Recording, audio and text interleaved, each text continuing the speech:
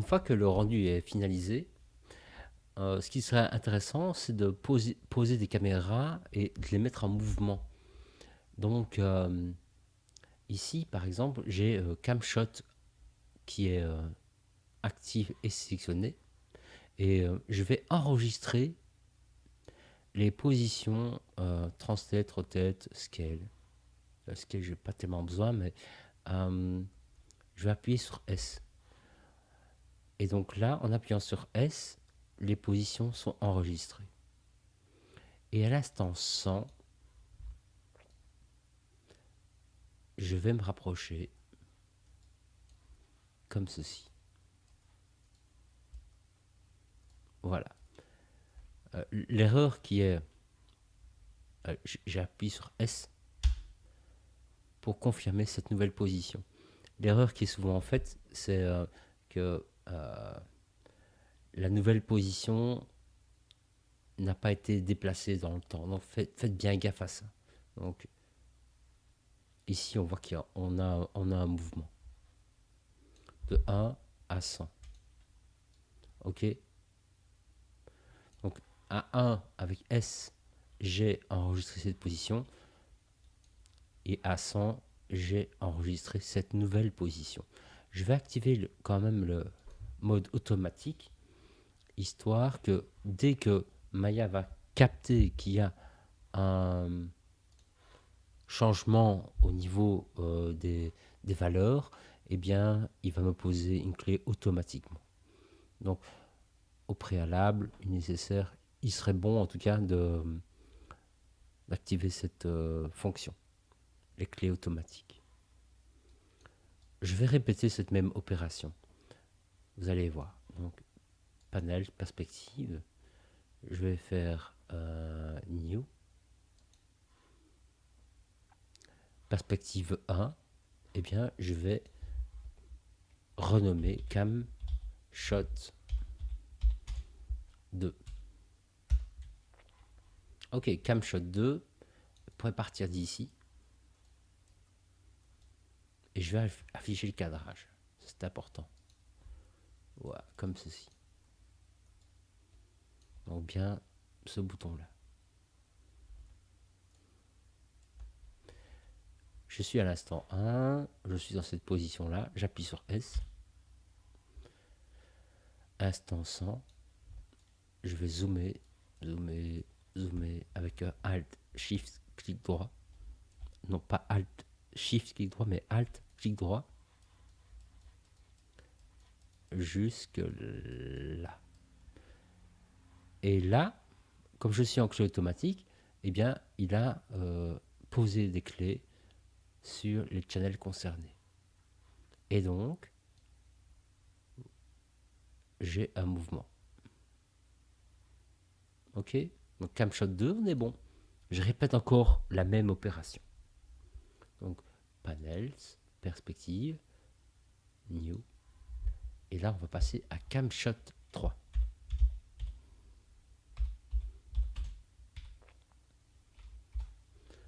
Ok. CamShot 3 apparaît ici. Hop. Et je vais passer plutôt dans cet angle vu ici. Afficher le cadrage ici.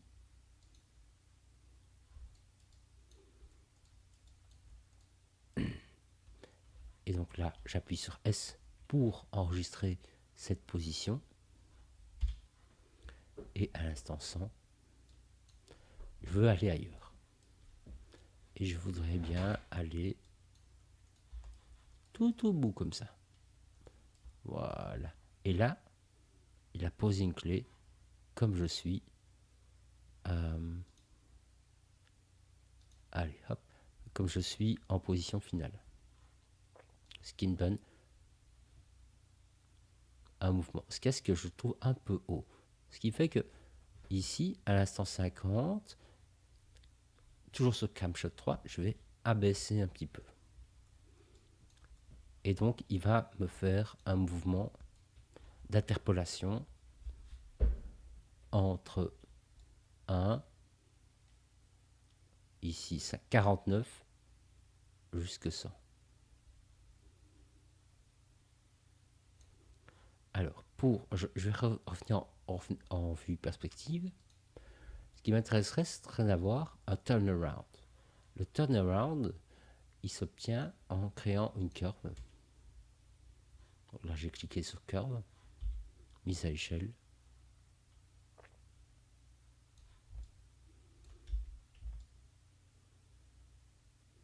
J'ai une curve qui est autour de mon dragster, panel perspective new, perspective 1, et je vais renommer cam shot 4 turnaround.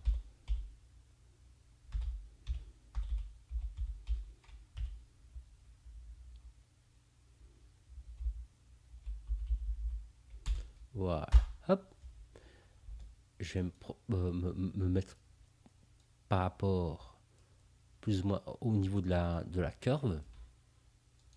Je reviens en perspective.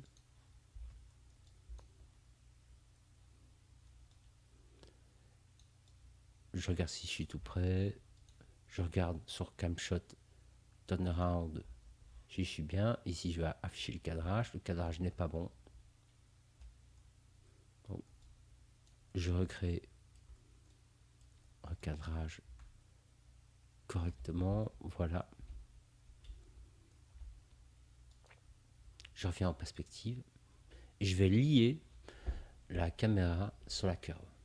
Donc, pour lier la caméra sur la curve, la caméra elle est sélectionnée. Shift, je sélectionne la curve et je fais P. Et je viens de créer un lien de parentage entre la caméra et la curve. Ce qui est important, c'est d'abord de sélectionner la caméra, puis la curve. Ce qui fait que si je fais une rotation maintenant, on voit que la caméra, elle bouge quand la curve bouge. Ok? Je suis à l'instant 1. J'appuie sur S. Et à l'instant 200 ici, je vais faire une rotation comme ceci de moins 360. Voilà. Si j'appuie sur play, on voit que la caméra, elle bouge. Alors, qu'est-ce qu'elle bouge très vite? Parce que je suis en playback speed real time. Auparavant, j'étais en play view frame, on verra ça plus tard. Mais là, il est nécessaire que je sois en real time.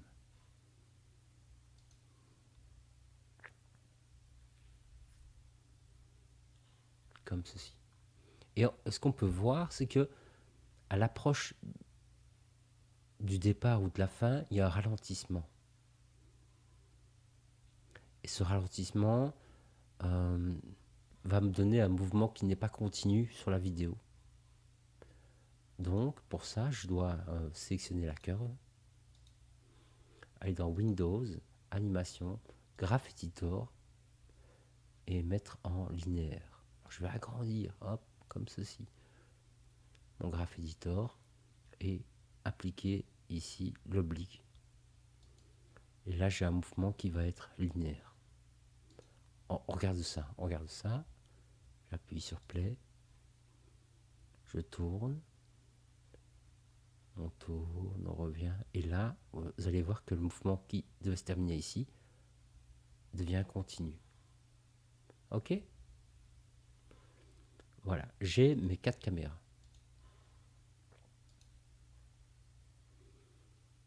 Je vais revenir.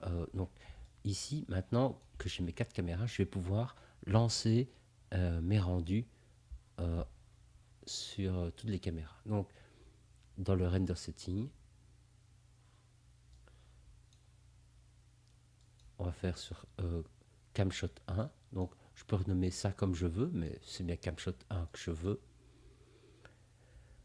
Et on va aller scroller petit à petit, on va voir ce qu'il faut faire. Ici, donc, c'est bien du JPEG.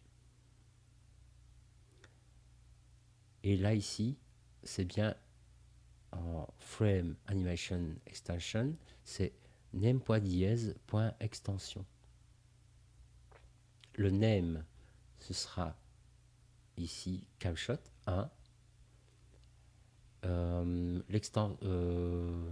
dièse, ce sera le numéro de la frame et l'extension, ce sera JPEG.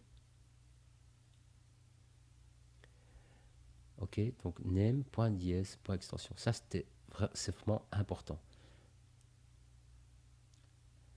Start frame, c'est 1. End frame, ici, on est sur Camshot 1, on est bien sur 100. On est bien sur Camshot. Ok. On est bien sur du HD 1080. Et c'est tout.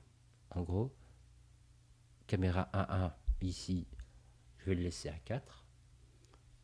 Pour m'assurer que je fais un bon rendu perspective Camshot, pour bien voir ce qui se passe, ce sera ça qui va être rendu. Ok.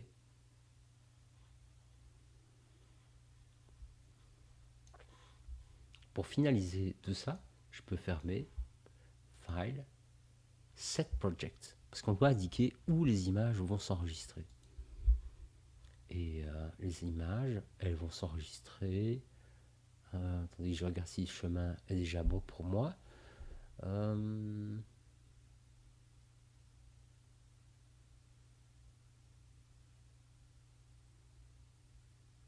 Je vais indiquer ce chemin-là. Dans projet 7. Ensuite, je vais dans Rendering. Là, je suis déjà en Rendering. Render. Et ce sera un render séquence sur Camshot. Il suffit que j'appuie sur Render séquence pour qu'il lance la séquence d'animation. Qu'est-ce que moi j'ai déjà calculé toutes mes images, je veux pas qu'il écrase ce que j'ai déjà créé. Donc ici je vous laisse faire. Mais il en serait de même par exemple si je suis dans Camshot 2. Donc on a cette séquence-ci. Je veux que ce soit Camshot 2. Et bien pour calculer Camshot 2, ce que je vais faire c'est aller dans le Render Setting, Common, nommer file name préfixe en 2. J'ai ça à 100. On voit que c'est Camshot. Il devrait mettre à jour ici. Je vais mettre peut-être Enter. On voit que c'est Camshot 2. Et ça va aller en name.dies.extension. Ça c'est nickel. Endframe c'est 100. Camshot 2. Donc ça c'est renderable caméra. Et le format il est bon. La qualité de rendu elle est bonne. Donc je peux fermer ça. On est bien en rendering. Render. Render séquence. Camshot 2, on est bon. On peut lancer là le rendu. Je répète une dernière fois. Perspective Camshot 3. Camshot 3, ça fait ça. Ok. Donc là, dans Common, on est bien sûr Camshot 3. Là, je scrolle un peu plus haut quand même. Je vais renommer mes images par Camshot 3. Name.dies.extension jusque 100. Camshot 3, c'est déjà fait. Le format c'est bon, la qualité elle est bonne. Et donc rendering, render séquence sur Camshot 3. La petite différence ici avec la caméra 4, c'est que la caméra 4, je vais renommer bien en Camshot 4. Ce ne sera pas Endframe 100, mais 200, puisque c'est le turnaround sur Camshot 4. Format c'est bon. Qualité c'est bon. Et donc rendering, render séquence, Camshot 4 turnaround. Et là on lance la séquence de rendu. Et c'est ça qui va vous donner toutes vos images ici, ok. Et là, on voit que c'est camshot 1, là que c'est camshot 2, camshot 3 et camshot 4. Voilà. Et on se retrouve sur le montage.